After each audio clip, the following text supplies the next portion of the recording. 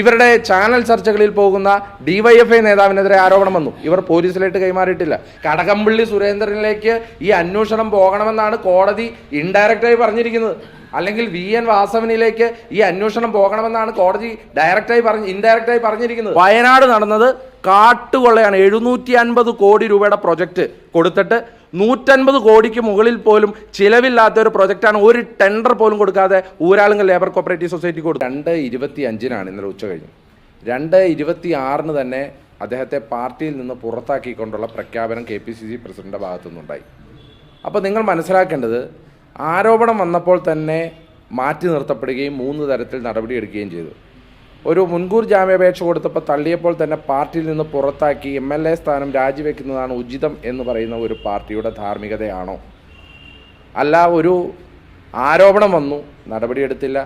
പരാതി വന്നു, നടപടിയെടുത്തില്ല. കേസ് കൊടുത്തു, നടപടിയെടുത്തില്ല. പരാതിക്കാരി പരസ്യമായി പറഞ്ഞു, നടപടിയെടുത്തില്ല. ഇതൊക്കെ ഉണ്ടായിരുന്നിട്ടും ഒരു പാർലമെൻറ്റ് തെരഞ്ഞെടുപ്പിൽ മത്സരിപ്പിച്ചു, ജനം വൃത്തിയായിട്ട് തോൽപ്പിച്ചു. എന്നിട്ടും ഇന്നും CPIM നേതാവായി ഒരു MLA ആയി നെഞ്ചു നിവർത്തി നടക്കുന്ന CPMൻ്റെ ധാർമ്മികതയാണോ മികച്ചത് എന്നുള്ള ചോദ്യമാണ് ഞങ്ങൾക്ക് ചോദിക്കാനുള്ളത്. പാർട്ടി അംഗമല്ലാത്ത ഒരാൾ എങ്ങനെയാണ് അരിവാൾ ചുറ്റിക നക്ഷത്രത്തിൽ മത്സരിക്കുന്നത്? ഞങ്ങൾ ഇപ്പോൾ ഈ റിക്ടർ സ്കെയിലിൽ 7ന് മുകളിലുള്ള തീവ്രതയുള്ളത് മാത്രമാണ് ഇവരെടുക്കുകയുള്ളൂ എന്നാണ് പറഞ്ഞിരിക്കുന്നത്. ഇതിനകത്ത് തീവ്രത അളക്കാൻ ഇവരാരാണ്? ഇവിടെ ഇന്ത്യൻ ജനാധിപത്യവും ഇന്ത്യൻ ജുഡീഷ്യറിയുമാണുള്ളത്. ഇന്ത്യൻ ജുഡീഷ്യറി ഉള്ള കാലഘട്ടത്തിൽ പാർട്ടി കമ്മീഷനും പാർട്ടി കോടതിയും അങ്ങ് തീരുമാനിച്ചാൽ കാര്യങ്ങൾ നടക്കുമെന്നോർത്താണ് ഇരിക്കുന്നത്. അത് തികച്ചും നിരുത്തരവാദപരമായി ഇന്ത്യയിലെ ഭരണഘടനയും ജനാധിപത്യവും അംഗീകരിക്കുന്ന ഒരു പാർട്ടിയുടെ ഭാഗത്തുനിന്ന് ഉണ്ടാകാൻ പാടില്ലാത്ത പ്രസ്താവനയാണ്. കാരണം എന്താ? എത്രയേറെ ആരോപണങ്ങൾ വന്നു. P. ശശിയുടെ കാര്യത്തിൽ ആരോപണം വന്നു. ഇവർ പരാതി പോലീസിന് കൈമാറിയോ? ഞങ്ങളുടെ KPCC ഓഫീസിലേക്ക് ഡേറ്റ് ഇല്ലാത്ത, പേരില്ലാത്ത, ആരാണെന്നറിയില്ലാത്ത ഒരു പരാതി വന്നപ്പോൾ അത് കേരളത്തിലെ ഏറ്റവും ഉന്നതനായ പോലീസ് മേധാവിക്ക് DGPക്ക് കൈമാറി. പക്ഷേ P. ശശിക്കെതിരെ ആരോപണം വന്നു, ഇവർ പോലീസിലേക്ക് കൈമാറിയിട്ടില്ല. PK ശശിക്കെതിരെ ആരോപണം വന്നു, ഇവർ പോലീസിലേക്ക് കൈമാറിയിട്ടില്ല. ഇവരുടെ ചാനൽ ചർച്ചകളിൽ പോകുന്ന DYFI നേതാവിനെതിരെ ആരോപണം വന്നു, ഇവർ പോലീസിലേക്ക് കൈമാറിയിട്ടില്ല. എത്രയോ കാരണങ്ങൾ വന്നു, എത്രയോ കാര്യങ്ങൾ വന്നു, അപ്പോഴൊന്നും പോലീസിലേക്ക് കൈമാറിയിട്ടില്ല. ഇതൊക്കെ പോട്ടെ, ഈ നിമിഷത്തിലെങ്കിലും ഇവരെ തള്ളിപ്പറയാനുള്ള സാമാന്യ മര്യാദ. ഇപ്പോൾ കഴിഞ്ഞ ദിവസം പത്തനംതിട്ട ജില്ലയിലെ മഹിളാ അസോസിയേഷൻ്റെ നേതാവല്ലേ പറഞ്ഞേ, അത് തീവ്രത കുറഞ്ഞത്, ഇത് തീവ്രത കൂടി. ഇവരാരാ തീവ്രത അളക്കാൻ? ഇവർക്കാരാണ് തീവ്രത അളക്കുന്ന വല്ല മെഷീൻ AKG സെൻറ്റർ ഉണ്ടാക്കി വിട്ടുന്നുണ്ടോ? അങ്ങനെയാണെങ്കിൽ AKG സെൻറ്റർ ഇതിൻ്റെ ഫാക്ടറി ആക്കിയാണ് നല്ലത്.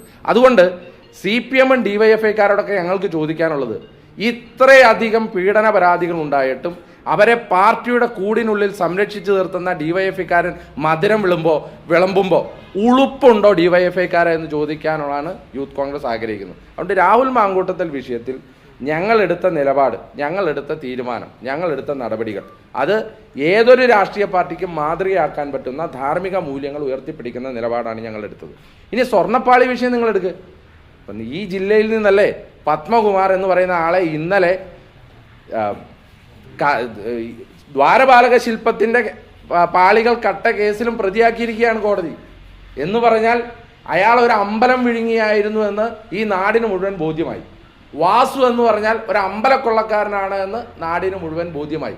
എന്നിട്ടും ഈ 2 ആളുകളെ പാർട്ടിയിൽ നിന്ന് പുറത്താക്കിയിട്ടുണ്ടോ? ഈ ദിവസം വരെയായിട്ട് പാർട്ടിയിൽ നിന്ന് പുറത്താക്കിയിട്ടുണ്ടോ? ഇന്നും സംരക്ഷിച്ചു നിർത്തുകയല്ലേ? എന്ന് പറഞ്ഞാൽ കാട്ടുകൊള്ളക്കാരെയും അമ്പലം വിഴുങ്ങികളെയും ഇതുപോലെയുള്ള സ്ത്രീ പീഡകരെയും സംരക്ഷിച്ചു നിർത്തുന്ന CPM ധാർമ്മിക മൂല്യങ്ങൾ ഉയർത്തിപ്പിടിക്കുന്നു എന്നൊക്കെ പറഞ്ഞ് ഞങ്ങൾക്ക് ധാർമ്മികതയുടെ ക്ലാസ് എടുക്കാൻ വരണ്ട എന്നുള്ളതാണ് യൂത്ത് കോൺഗ്രസിന് പറയാനുള്ളത്. പക്ഷേ ഈ തെരഞ്ഞെടുപ്പ് കാലത്ത് കോൺഗ്രസിന് വലിയ തലവേദനയായിരിക്കും. മറ്റു വിഷയങ്ങളൊക്കെ മുഖം വിധം ഇത് മാത്രം ചർച്ചയാകുന്നു, ഇത് വലിയ വിഷയമാകുന്നു. ഇപ്പോഴും അദ്ദേഹം ഒളിവിലാണ്. ഇത് നിരന്തരം തെരഞ്ഞെടുപ്പ് വരെ ഇത് തന്നെ തുടരാൻ പോകുകയായിരിക്കും. എങ്ങനെ നേരിടും? അല്ല, ഇത് ഞങ്ങൾ ഗ്രൗണ്ടിൽ വളരെ കൃത്യമായ രാഷ്ട്രീയം പറയുന്നുണ്ട്. ഇനി ശ്രീ രാഹുൽ മാങ്കൂട്ടത്തിനെ അറസ്റ്റ് ചെയ്യാൻ സാധിക്കാത്തത് കൊണ്ടൊന്നുമല്ലല്ലോ. ഇത് അറസ്റ്റ് ചെയ്യണമെന്നുണ്ടെങ്കിൽ കേരള പോലീസിന് വളരെ നിമിഷ നേരം കൊണ്ട് സാധിക്കുന്ന കാര്യമേ ഉള്ളൂ. അപ്പോൾ ഇതെന്താണ് തിരക്കഥ എന്നുള്ളതൊക്കെ വളരെ കൃത്യമായി എല്ലാവർക്കും അറിയാം. ഈ തിരക്കഥ എന്താണെന്ന് വെച്ചാൽ, ഇത് തിരഞ്ഞെടുപ്പ് വരെ നീട്ടിക്കൊണ്ടുപോയി സ്വർണ്ണപ്പാളി വിഷയത്തിൽ ഈ അമ്പലക്കൊള്ളക്കാരുടെ കാര്യം ഇവിടെ ചർച്ച ചെയ്യാതിരിക്കുക എന്നുള്ളൊരൊറ്റ ലക്ഷ്യമാണ് കേരളത്തിലെ CPMനുള്ളൂ. അതാണ് ഇന്നലെ കോടതി പറഞ്ഞൊരു പ്രധാന കാര്യമുണ്ട്. എനിക്ക് വളരെ സങ്കടമുണ്ട് കേരളത്തിലെ മാധ്യമങ്ങൾ അത് ചർച്ച ചെയ്തില്ല എന്നുള്ളത്. കാരണം ഉന്നതരുടെ പങ്കില്ലാതെ സ്വർണ്ണപ്പാളികൾ മോഷ്ടിക്കാൻ പറ്റില്ല. ഇന്നലെ ദേവസ്വം ബെഞ്ചിന്റെ കമന്റാണ്. ഉന്നതരിലേക്ക് ഈ അന്വേഷണം പോകണം. ഇന്നലെ ദേവസ്വം ബെഞ്ചിന്റെ കമന്റാണ്. എന്ന് പറഞ്ഞാൽ നമ്മൾ പറയുന്ന പത്മകുമാറോ വാസുവോ മാത്രമല്ല സ്വർണ്ണക്കൊള്ളയിലെ യഥാർത്ഥ പ്രതികൾ. ഉന്നതരിലേക്ക് പോകണമെന്ന് പറഞ്ഞാൽ ആരാണ് അടുത്ത ഉന്നതൻ? ആരാ? ദേവസ്വം ചെയർമാൻ കഴിഞ്ഞാൽ അടുത്ത, ദേവസ്വം പ്രസിഡന്റ് കഴിഞ്ഞാൽ അടുത്ത ഉന്നതൻ ആരാ? ദേവസ്വം മന്ത്രിയാണ്. അതിനകത്ത് സംശയമൊന്നുമില്ല. കടകംപള്ളി സുരേന്ദ്രനിലേക്ക് ഈ അന്വേഷണം പോകണമെന്നാണ് കോടതി ഇൻഡയറക്റ്റായി പറഞ്ഞിരിക്കുന്നത്. അല്ലെങ്കിൽ VN വാസവനിലേക്ക് ഈ അന്വേഷണം പോകണമെന്നാണ് കോടതി ഇൻഡയറക്റ്റായി പറഞ്ഞിരിക്കുന്നത്. അപ്പൊ അങ്ങനെ ഉന്നതരിലേക്ക് അന്വേഷണം പോകുന്ന അമ്പലക്കൊള്ളക്കേസ്, സ്വർണ്ണക്കൊള്ളക്കേസ്, അത് മറച്ചു പിടിക്കാൻ രാഹുൽ മാങ്കൂട്ടത്തിലിനെ ഒരു എന്താ പറയുക മൂടുപടമാക്കുന്നു എന്നുള്ളതേ ഉള്ളൂ. രാഹുൽ മാങ്കൂട്ടത്തിലിന്റെ വിഷയത്തിൽ പോലീസ് എന്ത് നടപടിയെടുത്താലും, അത് പരാതിയിൽ നടപടിയെടുത്താലും, കേസ് മുഖേന കോടതി എന്ത് നടപടിയെടുത്താലും ഇന്ത്യൻ നാഷണൽ കോൺഗ്രസ് പാർട്ടി വളരെ കൃത്യമായ നിലപാട് ക്ലാരിറ്റിയോടുകൂടി പറഞ്ഞിട്ടുണ്ട്. ആ വിഷയത്തിൽ ഞങ്ങളുടെ നിലപാടിന് യാതൊരു കുഴപ്പവുമില്ല. ധാർമ്മികമായ നിലപാടാണത്, സ്ത്രീപക്ഷ നിലപാടാണ്.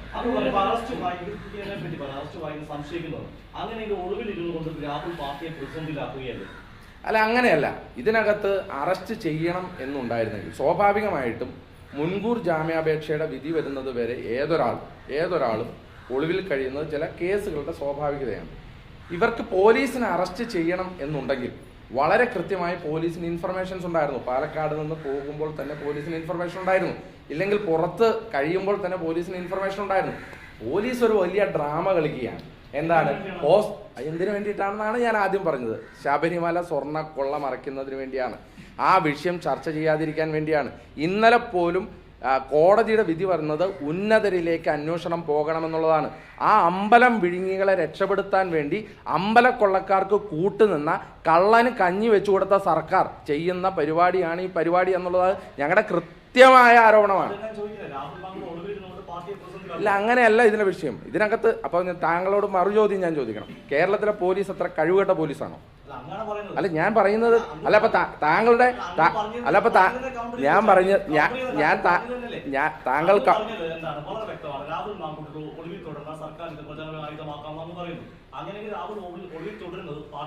അപ്പല്ലേ അന്നേരം താങ്കൾ ചോദിച്ചതിന്റെ കൗണ്ടർ ചോദ്യമാണ് ഞാൻ ചോദിച്ചത്. അപ്പൊ കേരളത്തിലെ പോലീസ് ഇത്ര കഴിവുകെട്ട പോലീസാണോ?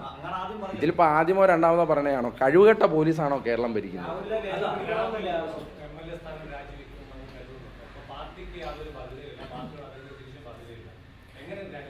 അല്ല, അദ്ദേഹത്തിൻ്റെ വ്യക്തിപരമായ ഒരു തീരുമാനം കൂടി ഈ MLA സ്ഥാനം രാജിവെക്കുന്ന കാര്യത്തിലുണ്ട്. കാരണം പാർട്ടിയുടെ ഒരു നിലപാട് പാർട്ടി പറഞ്ഞു കഴിഞ്ഞു. അത് ഇന്നലെ KPCC പ്രസിഡന്റ് പറഞ്ഞു. MLA സ്ഥാനം രാജിവെക്കുന്നതായിരിക്കും ഉചിതം എന്ന് KPCC പ്രസിഡന്റ് പറഞ്ഞു. അത് ഔദ്യോഗികമായും രാഹുലിനെ അറിയിക്കാനുള്ള സംവിധാനത്തിലൂടെ അറിയിക്കും. പക്ഷേ അദ്ദേഹം രാജിവെക്കണമോ ഇല്ലയോ എന്നുള്ളത് അദ്ദേഹത്തിൻ്റെ വ്യക്തിപരമായ തീരുമാനത്തിൻ്റെ ഒരു ബേസിലും കൂടിയാണ്. അത് അദ്ദേഹവും തീരുമാനിക്കട്ടെ. പാർട്ടിയുടെ നിലപാട് പറഞ്ഞിട്ടുണ്ട്. അദ്ദേഹം ഇനിയുള്ള ഞാൻ മനസ്സിലാക്കുന്നത് ഇന്ന് മുൻകൂർ ജാമ്യാപേക്ഷയിൽ അദ്ദേഹം ഇന്ന് ഹൈക്കോടതിയിലേക്ക് നീങ്ങിയിരിക്കുകയാണ്.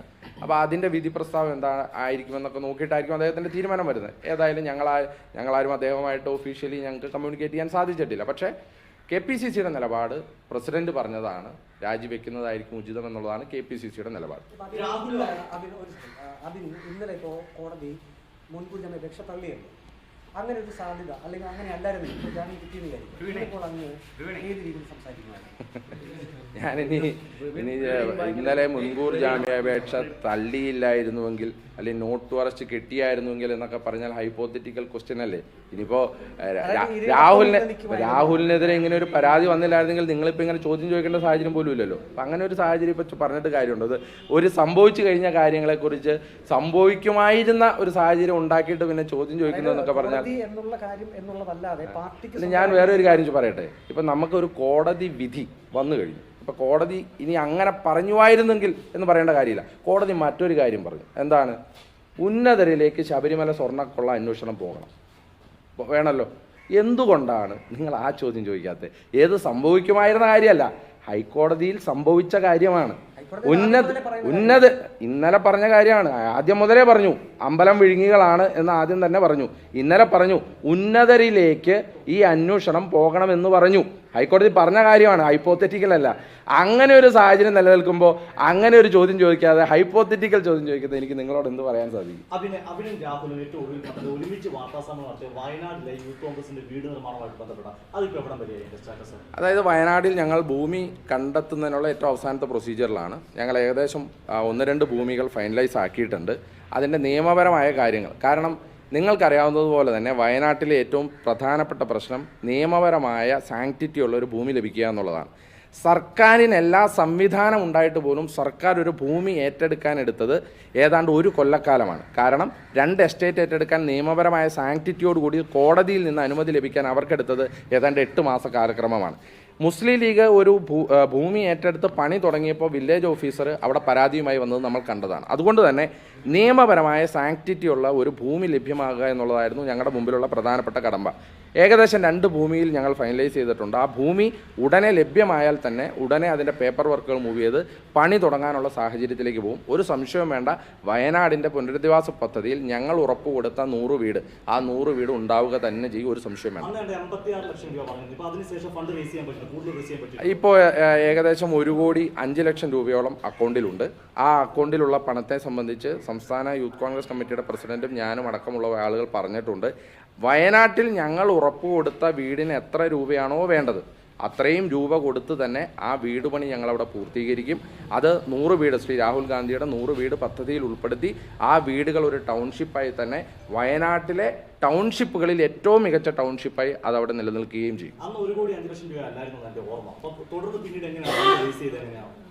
താങ്കളുടെ ഓർമ്മയല്ലല്ലോ എൻ്റെ ഓർമ്മ. എനിക്ക് വളരെ കൃത്യമായ ഓർമ്മയുണ്ട്. അന്ന് 86 ലക്ഷം രൂപയുടെ താങ്കളുടെ കയ്യിലേക്ക് അന്ന് ഞങ്ങൾ ബാങ്കിൻ്റെ അക്കൗണ്ട് സ്റ്റേറ്റ്മെൻറ്റ് തന്നതാണ്. ഞാൻ പറയട്ടെ താങ്കളുടെ കയ്യിലിട്ട് അന്ന് അക്കൗണ്ട് സ്റ്റേറ്റ്മെൻറ്റ് തന്നു. ഞാനിരിക്കുന്ന വാർത്താ സമ്മേളനമാണ്. ബഹുമാനപ്പെട്ട പ്രസ് ക്ലബിൻ്റെ സെക്രട്ടറിയാണ് അന്ന് അത് പരിശോധിച്ചത്. അതിൽ നിന്ന് 1 രൂപ പുറത്തേട്ട് പോയിട്ടില്ല എന്ന് പത്തനംതിട്ടയിലെ പത്രക്കാരെല്ലാം ഞാൻ ഒരു തെറ്റിദ്ധാരണയില്ല എനിക്ക് ആ കാര്യത്തിൽ. ഞാൻ അന്ന് നടന്ന സംഭവമാണ് പറയുന്നത്. നിങ്ങളെല്ലാവരും ചേർന്ന് പരിശോധിച്ചിട്ട് പറഞ്ഞു ഈ അക്കൗണ്ടിലേക്ക് വന്ന പണത്തിൽ 1 രൂപ പോലും പുറത്തേട്ട് പോയിട്ടില്ല എന്ന്. അല്ല, ഞാൻ അതിനെപ്പറ്റിയാണ് പറഞ്ഞു വരുന്നത്. 1 രൂപ പോലും പുറത്തേട്ട് പോയിട്ടില്ല എന്നുള്ള കാര്യത്തിൽ തീരുമാനമായി. അന്നായതാണല്ലോ, അതിനകത്ത് സംശയമൊന്നുമില്ല. അപ്പോൾ ആ അക്കൗണ്ടിൽ അന്നുണ്ടായിരുന്നത് ഏകദേശം 86 ലക്ഷം രൂപയാണ്. അതിനുശേഷം കുറച്ച് പൈസ കൂടി ഞങ്ങൾക്ക് കമ്മിറ്റികളിൽ നിന്ന് പിരിച്ചു കിട്ടാനുണ്ടായിരുന്ന പൈസ ഞങ്ങൾ ഇനീഷ്യേറ്റീവ് എടുത്ത് അവരുടെ മേൽ സ്വാഭാവികമാണല്ലോ. ഒരു കളക്ഷൻ നടത്തുമ്പോൾ ആദ്യം ഒരു ഘട്ടത്തിൽ പണം തരും, പിന്നീട് അവരെ വീണ്ടും നിർബന്ധിച്ചുകൊണ്ടിരിക്കും, പിന്നീട് അവർ പിരിച്ചു കിട്ടാനുള്ള പണം. ഇപ്പോൾ ഒരാൾ ഉറപ്പ് താങ്കൾ ഒരാൾക്ക് 100 രൂപ കൊടുക്കാമെന്ന് പറഞ്ഞാൽ ചിലപ്പോൾ മറന്നു പോയിട്ടുണ്ടാവും. പിന്നീട് 2 പ്രാവശ്യം 3 പ്രാവശ്യം ചോദിച്ചാലാണ് താങ്കൾ കൊടുക്കുക. അങ്ങനെ പിരിച്ചു കിട്ടാനുള്ള പണം കുറച്ചുകൂടി വന്നു. അങ്ങനെ അല്ല, അദ്ദേഹം അങ്ങനെയുള്ള ആളാണെന്നല്ല ഞാൻ പറഞ്ഞത് ഏകദേശം 1,10,00,000 രൂപയോളം ഇപ്പോൾ പിരിച്ചു കിട്ടിയിട്ടുണ്ട്. ആ പിരിച്ചു കിട്ടിയ പണം ഇപ്പോഴും അക്കൗണ്ടിലുണ്ട്. കൃത്യമായി ബാക്കിയുള്ള പണവും അടുത്ത ഘട്ടത്തിൽ പിരിച്ചു കിട്ടും.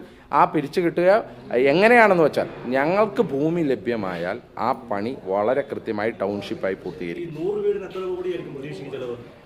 100 വീടിന് ഞങ്ങൾ അന്ന് കണ്ട ചിലവ്, അതായത് ഒരു വീടിന് 8 ലക്ഷം രൂപയാണ്. ചിലവ് ചോദിച്ചത് നന്നായി, വേറെ ഒരു ചിലവ് ഞാൻ അങ്ങോട്ടും ചോദിക്കാം.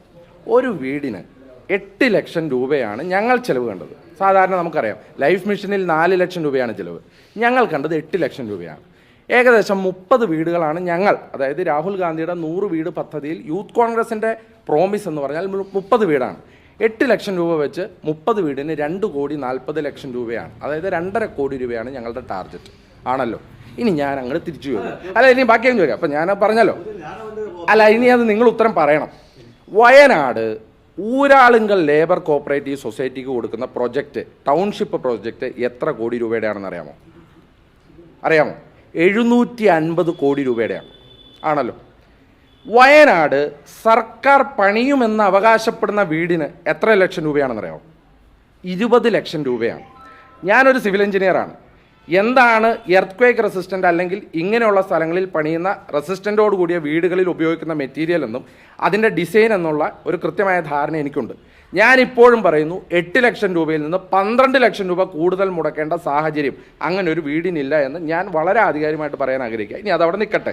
20 ലക്ഷം രൂപ ഒരു വീടിന് മുടക്കിയല്ലോ. 100 വീടിന് എത്ര കോടി രൂപ വേണം? 20 കോടി രൂപ. 200 വീടിന് എത്ര വേണം? 40 കോടി. 300 വീടിന് 60 കോടി. 400 വീടിന് 80 കോടി. 400 വീടാണ് അവിടെ പണിയാൻ സർക്കാർ ഉദ്ദേശിക്കുന്നത്. 80 കോടി രൂപ. ഒരു ഹോസ്പിറ്റൽ പണിയുമെന്ന് പറഞ്ഞിട്ടുണ്ട്, ഒരു 25 കോടി രൂപ.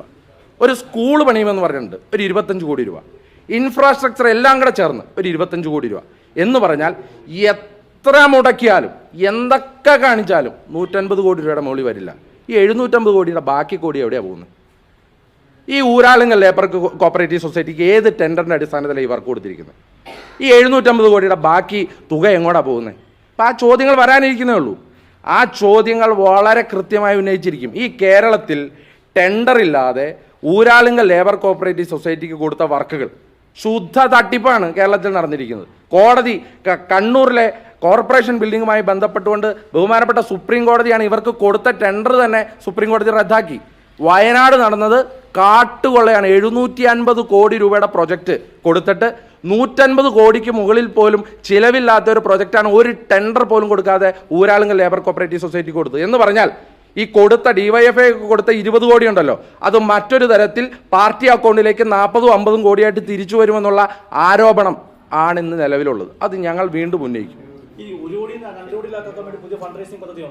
അല്ല, ഞങ്ങൾ എപ്പോഴാണോ വീട് പണി തുടങ്ങുന്നത് ആ ഘട്ടത്തിൽ ആ വീട് പണിക്ക് ആവശ്യമായ പണം ഞങ്ങൾ കണ്ടെത്തും. അത് ഏത് രീതിയിൽ ഇപ്പോൾ അത് ഞങ്ങൾ പറഞ്ഞില്ലേ, അതായത് ഞങ്ങൾക്ക് ഇപ്പോൾ 1 കോടി 10 ലക്ഷം രൂപ അക്കൗണ്ടിലുള്ളൂ. ഞങ്ങൾക്ക് ഏകദേശം 2.5 കോടി രൂപ ടാർജറ്റ് ഉണ്ട്. ബാക്കി പണം ഞങ്ങൾ കണ്ടെത്തും. അത് കണ്ടെത്തുന്നത് ചിലപ്പോൾ ഞങ്ങൾ പാർട്ടിക്കാരിൽ നിന്ന് പിരിച്ചിട്ടായിരിക്കും, ഇല്ലെങ്കിൽ ഡൊണേഷൻ എടുത്തിട്ടായിരിക്കും, ഇല്ലെങ്കിൽ ചലഞ്ചുകൾ വെച്ചിട്ടായിരിക്കും. അത് ആ ഘട്ടത്തിൽ എങ്ങനെ കണ്ടെത്തണമോ, എപ്പോഴാണോ പണി തുടങ്ങുന്നത് ആ ഘട്ടത്തിൽ വളരെ കൃത്യമായി അത് കണ്ടെത്തും, വളരെ കൃത്യമായി ഇത് പണിത് തീർക്കുകയും ചെയ്യും. ഒരു സംശയം വേണ്ട.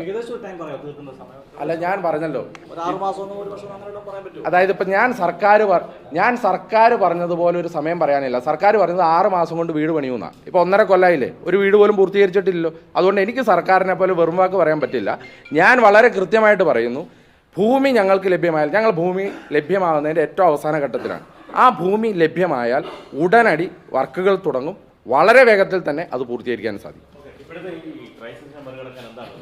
അല്ല, ഇതിനകത്ത് ക്രൈസിസ് അല്ല ഇതിൻ്റെ പ്രശ്നം. ഇത് ഞങ്ങളെടുത്ത നിലപാട് വളരെ കൃത്യമാണ്. ഈ നിലപാട് വളരെ ആർജവത്തോടു കൂടി ജനങ്ങളോട് പറയുക എന്നുള്ളത് തന്നെയാണ് ഞങ്ങൾ ചെയ്യുന്നത്.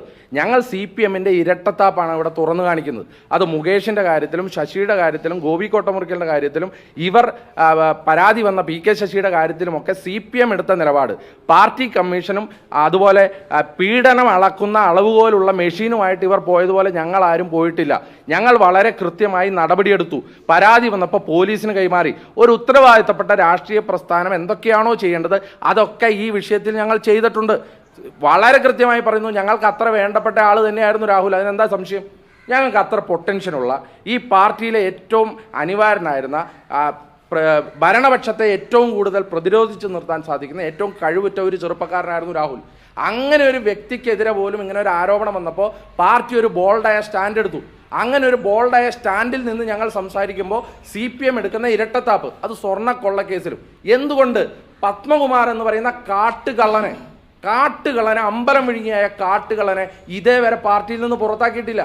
ഞാൻ ചോദിക്കുന്നത്, ഇതിൻ്റെ പാവഭാരം ആർക്കൊക്കെയുണ്ട്? ഇത് ഈ പാർട്ടി സെക്രട്ടറിക്ക് അതിൽ നിന്ന് കൈയൊഴിയാൻ സാധിക്കുമോ?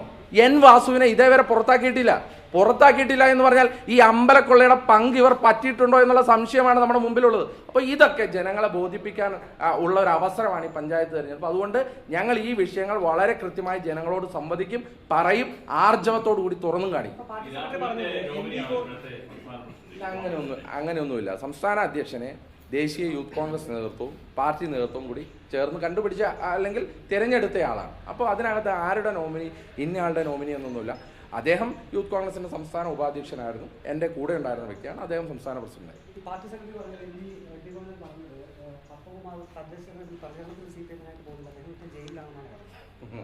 വളരെ നല്ലൊരു തീരുമാനമായി പോയത്.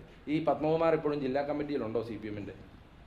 പുറത്താക്കിയത്. ഇപ്പോൾ താങ്കൾ പത്തനംതിട്ട ജില്ലയിലെ ഏറ്റവും പ്രമുഖനായ മാധ്യമ പ്രവർത്തകനാണ്. ഈ പത്തനംതിട്ട ജില്ലയിൽ ജില്ലാ കമ്മിറ്റിയിൽ നിന്ന് പത്മകുമാറിനെ പുറത്താക്കിയിട്ടുണ്ടോ? ഇല്ല. എന്ന് പറഞ്ഞാൽ പാർട്ടിക്കാരൻ തന്നെയല്ലേ? എന്ന് പറഞ്ഞാൽ ഈ പാർട്ടിയല്ലേ ദേവസ്വം ബോർഡിൻ്റെ പ്രസിഡന്റാക്കിയത്? എന്ന് പറഞ്ഞാൽ ഈ പാർട്ടിയുടെ എല്ലാ പരിപാടിയിലും ഇവിടെ പങ്കെടുത്തുകൊണ്ടിരുന്ന വ്യക്തിയല്ലേ? കഴിഞ്ഞ പ്രാവശ്യം വീണ ജോർജിനെതിരെ എന്തോ ആരോപണം പറഞ്ഞു. അതൊക്കെ പത്തനംതിട്ടയിലെ CPMകാരൊക്കെ പറയുന്നുണ്ട് ഇതൊന്നും അങ്ങനെ മാനത്തുനിന്ന് പൊട്ടി വന്നതൊന്നും അല്ല, ചില മന്ത്രിമന്ദിരങ്ങളിൽ നിന്ന് വന്നതാന്നുള്ള അടക്കം പറച്ചിലൊക്കെ ഉണ്ട് ഈ കേസ്. അതെന്തും ആയിക്കൊള്ളട്ടെ, അത് അവരുടെ ആഭ്യന്തര കാര്യമാണ്, അവർ തീർത്തോട്ടെ. എന്ത് വന്നാലും ഈ ചില കള്ളന്മാർ തമ്മിൽ അടികൂടുമ്പോഴാണ് ചില കള്ളത്തരത്തിൻ്റെ സത്യകഥകൾ പുറത്തു വരികയുള്ളൂ എന്ന് പണ്ടേ ഉള്ള കാര്യമാണ്, ചരിത്രമാണ്. കാരണം അത് ചേർന്ന് നടത്തിയ കള്ളത്തരം ഈ രണ്ട് കള്ളന്മാർ തമ്മിൽ മാറുമ്പോൾ അല്ലെങ്കിൽ അവർ വേർപിരിയുമ്പോൾ ആ ചെയ്ത കള്ളത്തരത്തിൻ്റെ ചില കാര്യങ്ങൾ പുറത്തു വരും. അങ്ങനെയാണ് ഇത് പുറത്തു വന്നതെന്നൊക്കെ പറയുന്നുണ്ട്, അതെന്തും ആയിക്കൊള്ളട്ടെ. പക്ഷെ ഞാൻ ഇപ്പോഴും പറയുന്നു, പത്മകുമാർ CPM അംഗമാണ്, ജില്ലാ കമ്മിറ്റി അംഗമാണ്. ഇന്നും പത്മകുമാറിനെ തള്ളിപ്പറഞ്ഞിട്ട് പോലുമില്ല CPM. അവിടെയാണ് പ്രശ്നം. വാസുവിനെ തള്ളിപ്പറഞ്ഞിട്ട് പോലുമില്ല. കാരണം എന്താണെന്നറിയോ? വാസു കൊടുത്ത കാശും കൊണ്ടാണ് പല പാർട്ടി ഓഫീസും അല്ലെങ്കിൽ യൂണിയൻ ഓഫീസും തിരുവനന്തപുരത്തൊക്കെ പൊങ്ങിയിരിക്കുന്നത്. വാസു കൊടുത്ത കാശും കൊണ്ടാണ്. അതൊക്കെ ഈ പാവപ്പെട്ട അയ്യപ്പ ഭക്തർ ശബരിമലയിലിട്ട ആ പണത്തിന്റെ പങ്ക് പറ്റിയെന്നൊക്കെ പറഞ്ഞാൽ ഈ അയ്യപ്പന്റെ സ്വർണത്തിന്റെ പങ്ക് പറ്റി ഇവരൊക്കെ ഗുണം പിടിക്കുമോ? ഒരിക്കലും ഗുണം പിടിക്കാനും